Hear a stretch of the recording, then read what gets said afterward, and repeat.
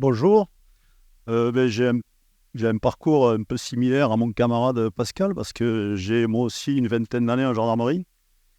J'ai, comme il l'a dit, eu la chance aussi moi de pouvoir intégrer l'unité, en l'occurrence le GIGN, mais avec une spécialité, à savoir qu'en 83, le GIGN a eu la charge d'assurer la sécurité du président Mitterrand et que j'ai eu la chance de 88 à 95 d'être associé à cette mission, et après jusqu'à 99 pour sécuriser des gens sur qui pesaient des menaces. Voilà. Et après, j'ai travaillé pendant 20 ans au profit des, de la territoriale, et aujourd'hui, en partenariat avec Nouvelle Air, je forme en particulier des gens qui s'orientent sur la protection rapprochée et aussi sur ce qu'on appelle les contractors. Voilà, je te laisse te présenter peut-être. Merci. Moi, je m'appelle Paul. Je travaille donc dans le centre Nouvelle Air Formation qui est basé à Paris. On a également un centre qui est Secoprotec qui est basé dans le sud à Carcassonne, plus à l'ouest. Je ne vais pas revenir sur tout ce qu'on a dit sur la protection rapprochée. Ça a été dit, ça a été bien dit, que ce soit ASP, S2P ou nous-mêmes. On fait de la protection rapprochée. On a des formateurs, comme vous voyez, qui sont des anciens qui connaissent, qui ont une grande expérience, des anciens militaires. Donc, je ne vais pas revenir dessus, ça va être redondant. Tout ce que je peux vous dire, c'est, comme disait un peu S2P, je pense choisissez votre centre de formation par rapport justement à ça, aux formateurs, à l'expérience et au réseau. C'est vraiment le but des centres de formation, il y en a beaucoup. Maintenant, je ne suis pas là pour dire il y en a mieux que d'autres ou pas, mais renseignez-vous par rapport à ça surtout, par rapport à l'expérience des formateurs, le réseau et autres. Je vais surtout vous parler, parce qu'on parle beaucoup de protection rapprochée, c'est un peu le but d'aujourd'hui, on a beaucoup de légionnaires, mais la sécurité, c'est pas que ça. La sécurité, c'est pas que de la protec. On a parlé technologie. La sécurité privée, c'est 9 milliards d'euros de chiffre d'affaires l'année dernière, si je dis pas de bêtises. C'est pas que de la protection rapprochée. On a besoin d'agents, bien évidemment, les agents que vous voyez un peu partout. On a besoin de responsables, de directeurs, de managers. Et c'est sur tout ça qu'on forme et c'est surtout sur tout ça qu'on recherche aussi à recruter. La protec, c'est bien, c'est un beau métier. Je vous invite à le faire, je vous invite à vous former. Mais aujourd'hui, on a des besoins de directeurs sécurité. Il manque 20 000 agents en ce moment, il manque 25 000 en plus pour les JO. Il manque énormément de responsables d'exploitation, de directeurs d'agence. Donc là, c'est peut-être pas des métiers qui vont vous parler, mais formez-vous et ne vous formez pas vous que dans une spécialité. J'espère que vous serez tous des très bons agents de protection rapprochée, que vous allez tous pouvoir en vivre bien, je vous le souhaite sincèrement. Mais d'expérience, sur toutes les personnes qu'on forme, c'est pas 100% qui réussissent à en faire leur vie et qui en vivent bien.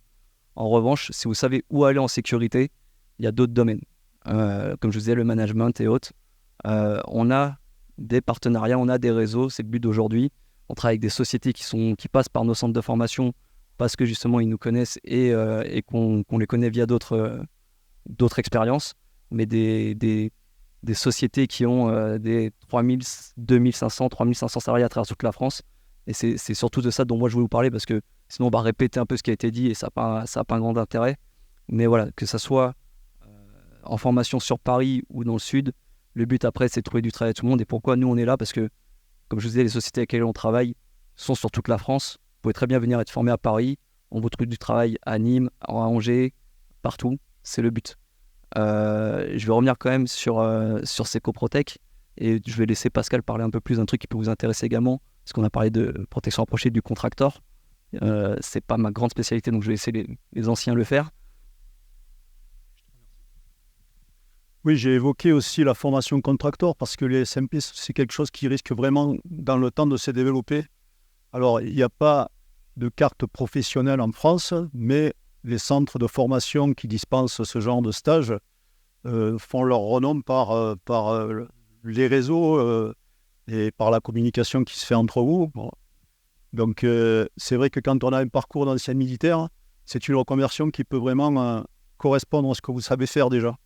Il suffit d'adapter ce vécu militaire, le transposer dans le contexte contractor qui est bien spécifique, et c'est quelque chose qui vraisemblablement est appelé à se développer. La France a traîné les pieds sur cette pratique, toujours par idéologie, et aujourd'hui on s'aperçoit qu'il y a beaucoup de marchés qui s'ouvrent, et on a pris conscience que c'est quelque chose qui allait se développer.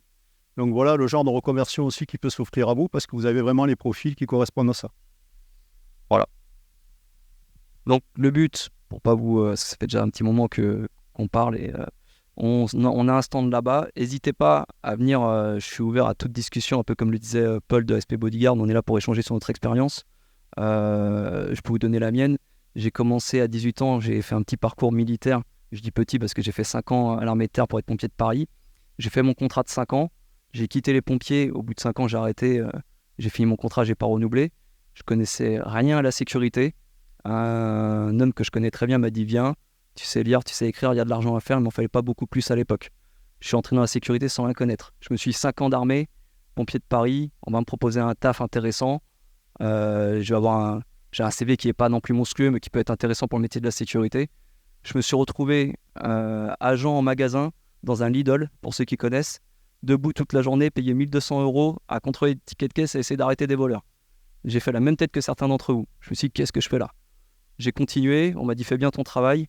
Je vous passe les détails. En 1 an et demi, je suis passé, en passant par contrôleur, je suis passé d'agent à responsable. On n'est pas, moi, j'ai pas de tabou à parler argent, salaire et autres, on est là pour ça. Je suis passé de 1200 à 2200 € net. J'ai quitté la société dans laquelle j'étais, je suis entré dans une autre société, qui est une grosse société, Triomphe Sécurité pour ceux qui connaissent. J'ai évolué dedans, je suis rentré dans le monde du luxe parce que je suis rentré au Galeries Lafayette, je gérais des agents pour les grands magasins Galeries Lafayette à Paris. Je gérais 150 agents là-bas. Puis je suis rentré en interne en tant que responsable sûreté au Galeries Lafayette. À peu près 2 ans plus tard, je suis passé directeur sécurité sûreté dans un musée à côté du Louvre. À 27 ans, je touchais 3500 € net. Alors, je n'ai pas fait de Protec, c'est pas mon domaine, c'est pour ça que j'aime Pascal en parler, c'est pour ça qu'il est là. Mais tout ça pour vous dire, c'est par rapport à ce qu'on disait tout à l'heure, il y a la protection rapprochée, c'est un très beau monde, je vous le conseille, mais il n'y a pas que ça. Et aujourd'hui, il y a énormément de postes à pourvoir dans d'autres domaines, et l'évolution, vraiment, elle dépend que de vous. Il n'y a pas de formation de responsable d'exploitation, de directeur d'agence, de directeur sécurité. Y a pas de, c'est sur le terrain qu'on apprend, c'est sur le terrain qu'on évolue. Et pourquoi les militaires? Parce que je ne vais pas revenir sur ce qui a été dit, mais évidemment que vous avez des profils qui sont disciplinés, intéressants, sérieux. Et après, il n'y a plus qu'à apprendre. On apprend, on évolue. Voilà. Merci à vous.